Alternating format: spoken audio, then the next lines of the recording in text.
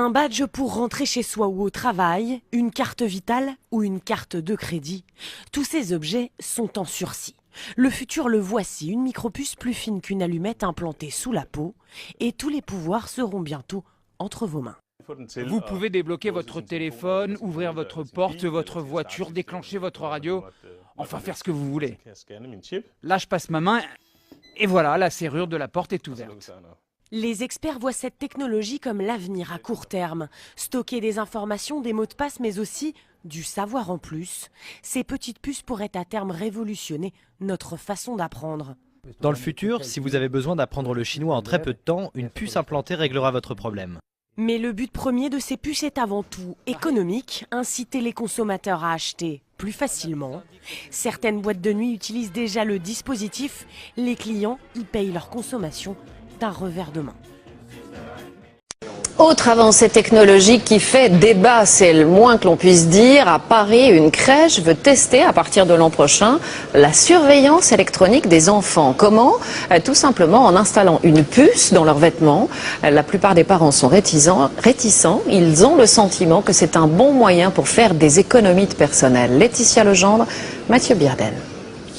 Elle facilite les trajets en transport en commun, permettent d'éviter les attentes au péage. Implantées à même la peau pour tracer les chevaux de course ou dans un bracelet pour veiller à la sécurité des nouveau-nés, les puces électroniques envahissent notre quotidien et pourraient même s'inviter dans les crèches. Une expérimentation dans une structure qui n'est pas publique débuterait l'an prochain afin d'assurer la sécurité des bambins. Réaction mitigée ce matin du côté des parents. Je pense que c'est complètement inutile, qu'on n'a pas besoin de ça et qu'on a des super nounous qui s'occupent très bien de nos enfants et ça suffit amplement. Je ne sais pas comment on va le faire dans les vêtements, dans les souliers, aucune idée, mais d'abord pour moi c'est plutôt une idée positive que négative. Ouais. Grâce à une puce implantée dans un vêtement porté par chaque enfant, les déplacements des petits pourraient être ainsi suivis et les parents alertés si leur progéniture quitte la structure. Les crèches étant des lieux particulièrement sécurisés, certains s'interrogent sur sa légitimité. Il y a tellement de sas avant de pouvoir entrer dans une crèche, de codes, etc., que franchement, il n'y avait pas moyen déjà pour les étrangers de rentrer, encore moins pour les enfants de sortir. On n'est pas débordé, on est un adulte pour 8 enfants, on est bien organisé et je ne pense pas que ça soit nécessaire. Forte opposition aussi du côté de la mairie de Paris. On est dans une dérive qui est inquiétante d'une société de surveillance et de contrôle, alors que les crèches, au contraire, doivent être des lieux d'éveil et d'éducation des enfants. Donc, en ce sens, nous estimons que c'est un non-sens total. De leur côté, les syndicats craignent que ce système entraîne des réductions de personnel et s'effectue au détriment de la relation avec l'enfant. Aux États-Unis à présent, une expérience étonnante sur le plan technique mais qui pose des problèmes éthiques. Des puces électroniques placées sous la peau de cobayes humains permettent d'accéder à leur dossier médical. Pierre Grange et Vincent Mortreux. Je pense qu'elle se trouve à peu près dans cette zone-ci, mais vous ne pouvez rien voir. Elle ne risque plus d'oublier son dossier médical, elle le porte dans le bras. La crainte de cette américaine, c'est de se retrouver inconsciente un jour après un accident de voiture. Alors elle s'est fait implanter cette puce minuscule qui sera capable de livrer ses antécédents et ses allergies au médecin chargé de la soigner en urgence. Si vous avez des proches que vous aimez, vous devez vous rendre compte que cette puce, cette technologie peut sauver leur vie. Pour lire son dossier médical, il suffit d'approcher un scanner de la puce. Mais un instrument très puissant est capable de le lire à votre insu. Un voisin, un agent d'assurance pourrait connaître tous vos petits secrets en vous traquant discrètement. Si vous avez des problèmes psychiatriques, si vous êtes séropositif, si vous avez ce type de maladie, vous n'avez peut-être pas très envie que tout le monde soit au courant. Une société américaine va commercialiser ces puces pour le grand public. Elle espère équiper les malades d'Alzheimer, par exemple, mais on peut utiliser la même technologie pour l'installer sur son animal domestique et le suivre à la trace. Ou pour contrôler l'accès à un bâtiment, seules les personnes équipées rentreraient. Oui, les moyens d'identification et de contrôle électronique sont de plus en plus précis et suscitent beaucoup de questions. Voici un exemple un peu extrême, mais qui pourrait faire école. En Espagne, pour fidéliser leurs clients, certains établissements leur proposent de se faire greffer une puce directement sous la peau. Reportage Jacques Cardos, Thierry Breton. Attention, cet homme est porteur d'une puce électronique. Implantée dans le bras, elle lui permet d'avoir accès au carré VIP. Comme un produit de supermarché, les clients sont barcodés et la puce contient leur crédit consommation. Ainsi, dans cette boîte de Barcelone, il y a ceux un peu vieux jeux qui dansent encore avec un porte-monnaie et ceux qui n'en ont plus besoin. Légalisée depuis un an, cette greffe est même proposée à l'intérieur de la boîte contre 125 €. L'opération ne dure qu'une vingtaine de minutes.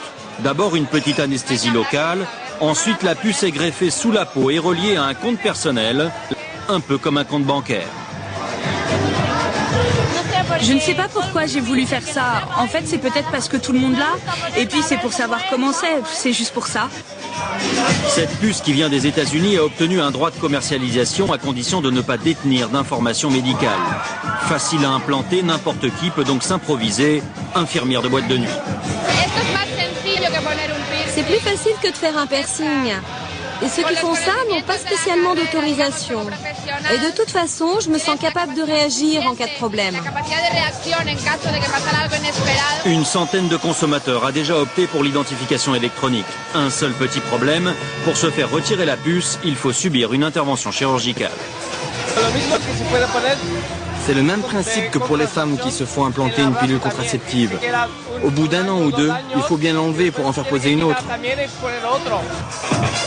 Reste le problème du pistage éventuel des clients, car la puce permet aussi de suivre un individu par satellite, ce qu'aucune législation n'interdit en Europe. L'intégrité physique est l'une des valeurs fondamentales défendues par la Ligue des droits de l'homme.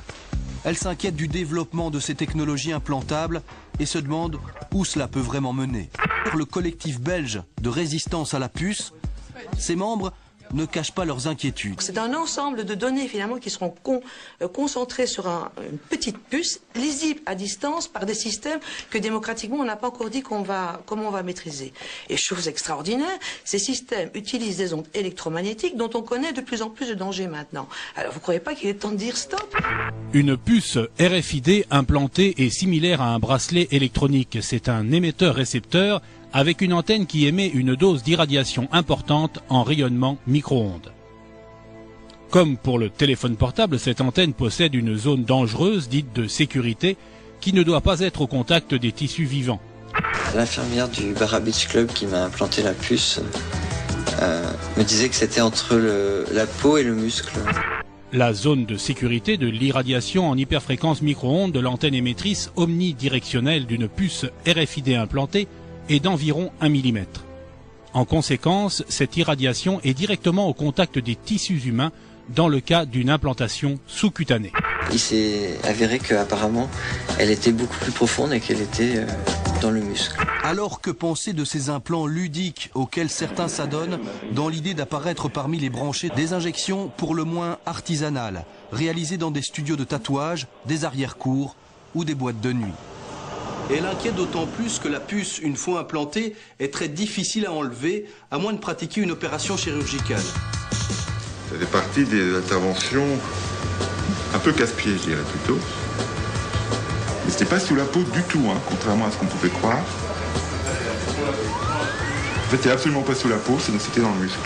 La notion du rapport dose sur temps d'irradiation est fondamentale dans le cas d'une implantation sous-cutanée d'une puce.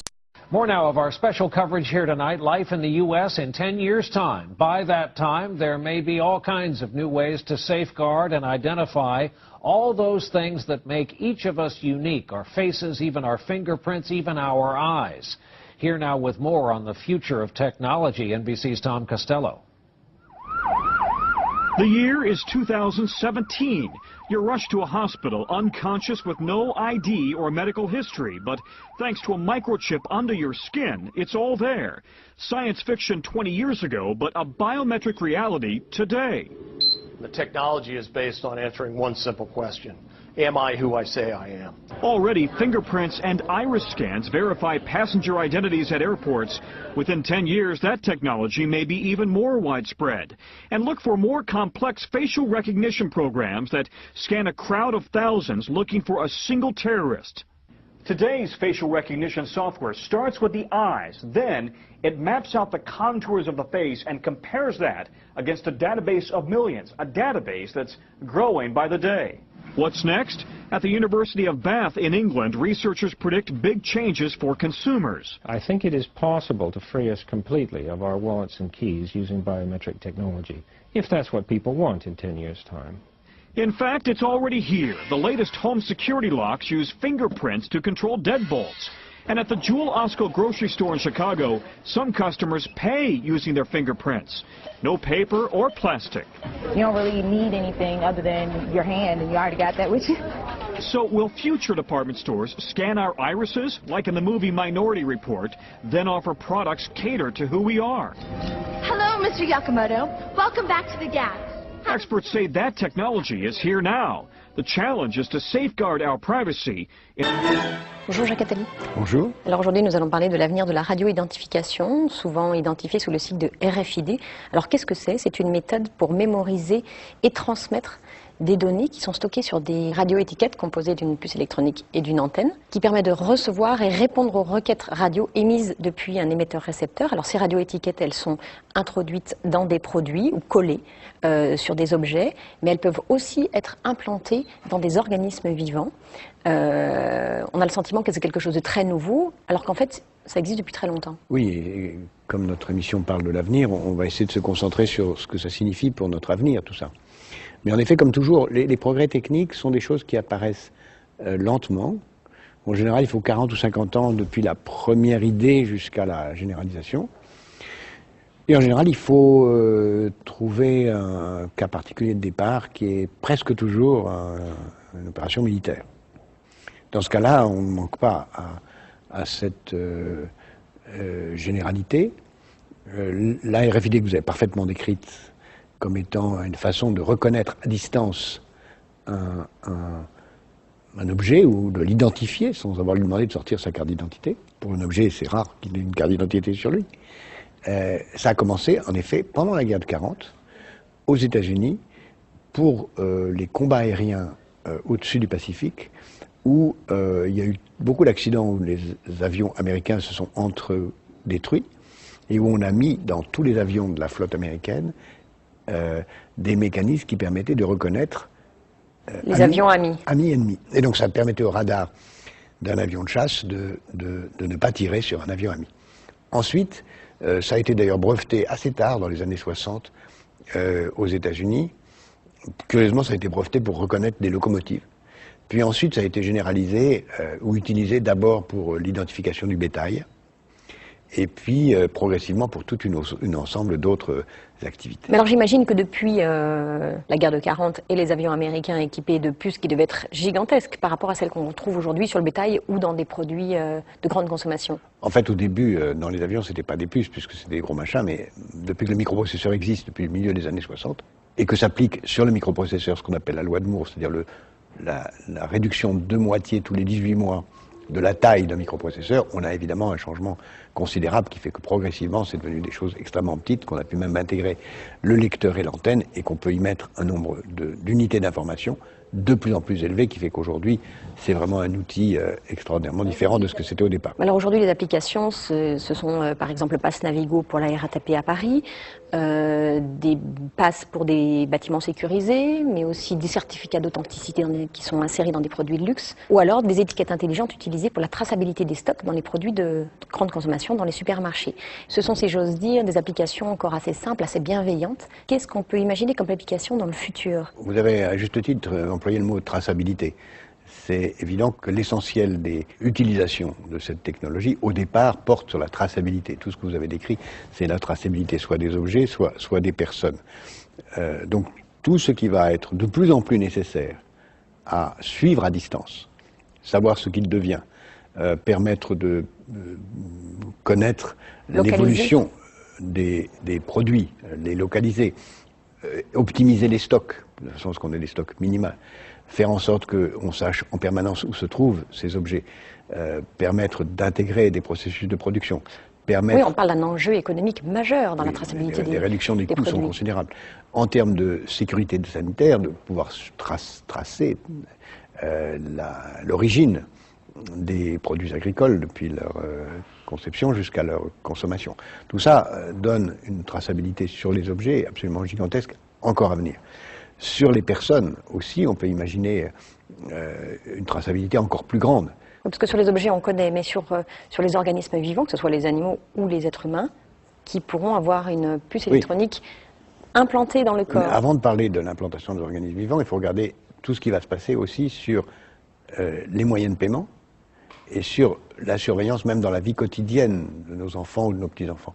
Bientôt, on va pouvoir avoir dans les grands magasins ou dans les magasins de grande surface des caddies intelligents qui vont, lorsque vous passez devant un rayon, vous montrer sur un écran de télévision, grâce à des RFID, l'historique et le détail, avec la publicité nécessaire, des produits devant lesquels vous passez. Ensuite, vous le mettez dans votre caddie et vous sortez du magasin sans payer, puisqu'on aura sur soi une carte RFID qui va vous identifier votre compte bancaire. Et, en payant, mais sans s'arrêter à la caisse, vous voulez dire? Oui, on paiera, mais sans s'arrêter à la caisse au moment de télécharger. On pourrait même aller plus loin, parce que simultanément, on pourrait imaginer, on fera que votre frigidaire lui-même sera en permanence tenu à jour, qu'on sait ce qu'il y a dedans. Par des étiquettes intelligentes. Par des étiquettes intelligentes. Le frigidaire lui-même saura repérer tout ce qui est en lui et vous alertera sur ce qu'il faut acheter au moment où vous êtes dans le magasin parce que ça manque. Et au moment où vous aurez passé la caisse et vous serez en train de partir, il vous dira quelle sera la nouvelle composition de votre frigidaire et si vous n'avez pas oublié le beurre ou les œufs ou autre chose qui est vitale et qui n'est pas là. Oui, mais alors ça c'est formidable pour aider les ménagères dans leur vie de tous les jours. Mais alors dans des applications peut-être moins prosaïques, qu'est-ce qu'on peut imaginer sur la traçabilité des individus? Tout ce qu'on peut imaginer, c'est tout ce qui permettra, soit de façon positive, soit de façon inquiétante, de surveiller les gens. On pourra vouloir...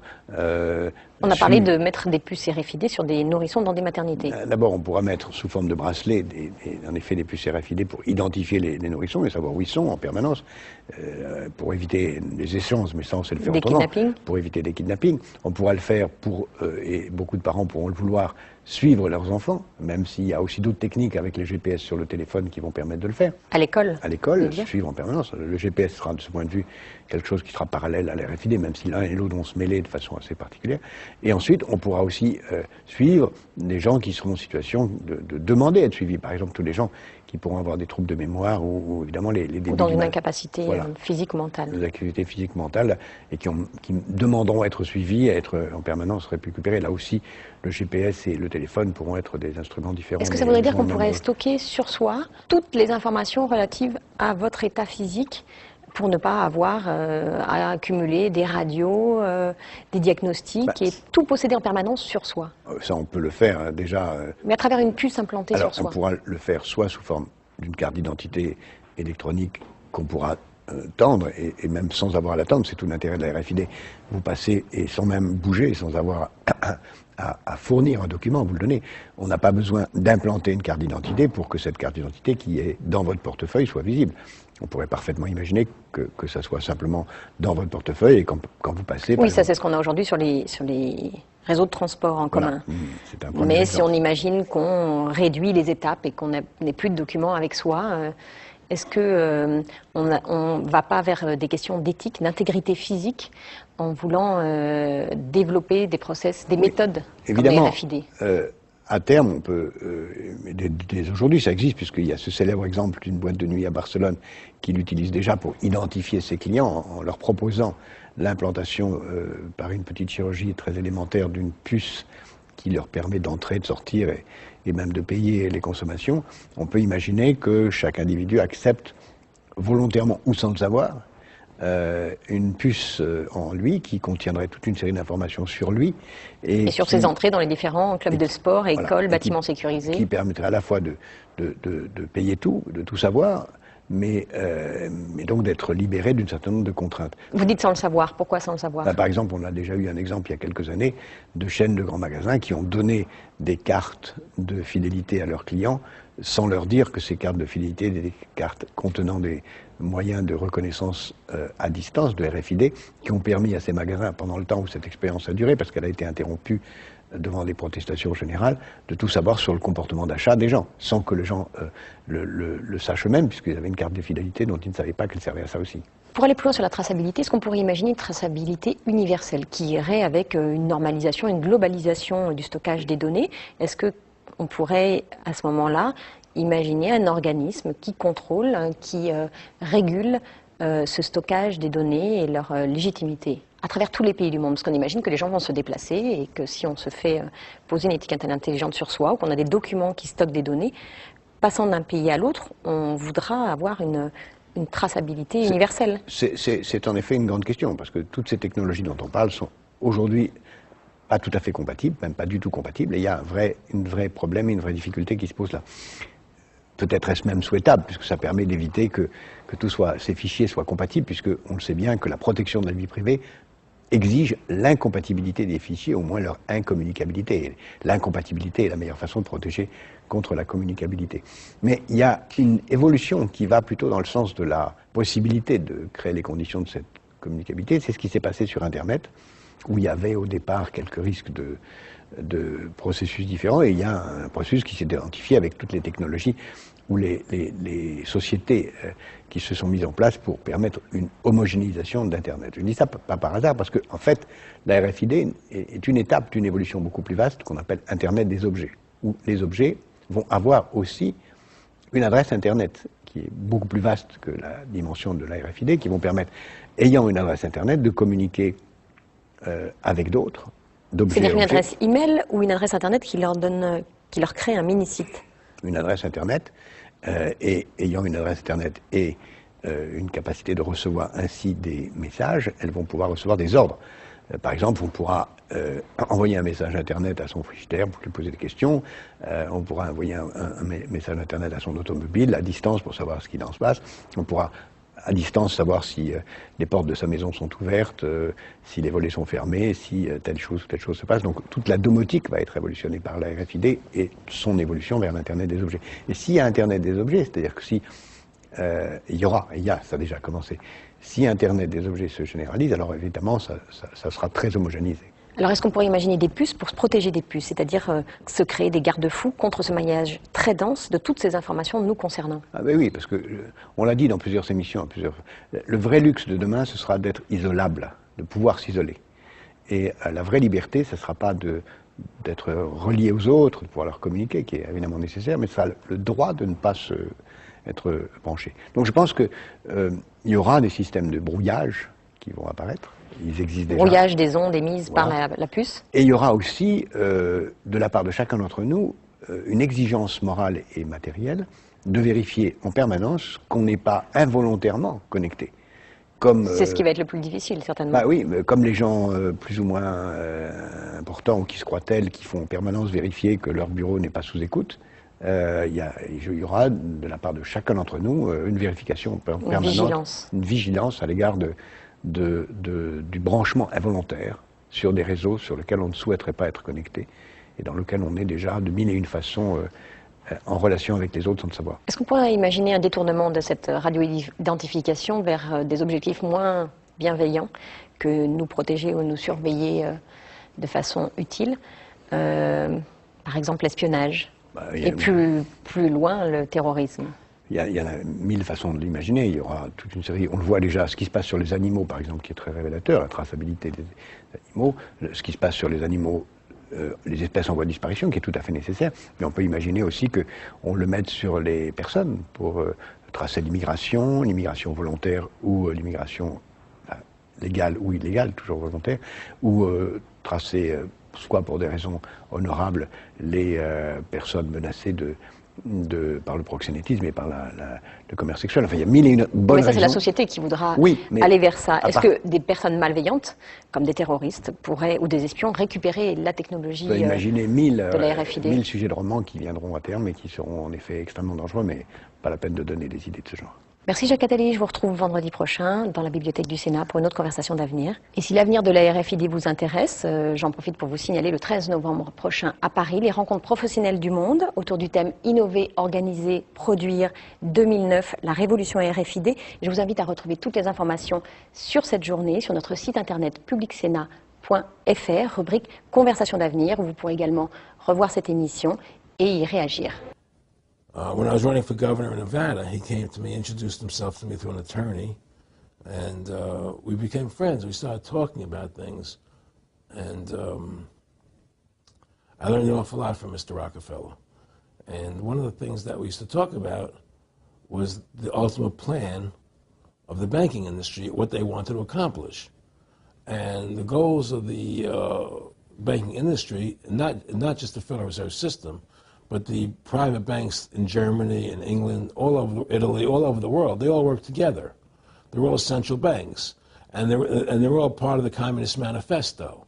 You know, central banking is one of the major planks of the Communist Manifesto. We talk about America being a capitalistic country, but yet at the same time we have a central bank that plans everything for us, right? And the graduated income tax is another plank of the Communist Manifesto, right? So right there you have two major planks of the Communist Manifesto that have been brought in because of the Federal Reserve System, okay? So the ultimate goal that these people have in mind is the goal to create a one-world government run by the banking industry, run by the bankers, and they're doing it in sections. The European currency, the euro, and the European Constitution is one part of it. Now they're trying to do it in America with the North American Union, right? And they want to create a new currency called the Amero, right? And the whole agenda is to create a one-world government where everybody has an RFID chip implanted in them. All money is to be in those chips, right? There'll be no more cash. And this is given me straight from Rockefeller himself. This is what they want to accomplish. And all money will be in your chips. And so instead of having cash, anytime you have money in your chip, they can take out whatever they want to take out whenever they want to. If they say you owe us this much money in taxes, they just deduct it out of your chip digitally. Total control. Total control. And if you're like me or you, and you're protesting what they're doing, they can just turn off your chip. And you have nothing. You can't buy food. You can't do anything. It's total control of the people. And that chip's connected to a database that has your purchasing records, what you do, what everything. you sell. Everything is in there, you know? And so they want a one-world government controlled by them, everybody being chipped, all your money in those chips, and they control the chips, and they control...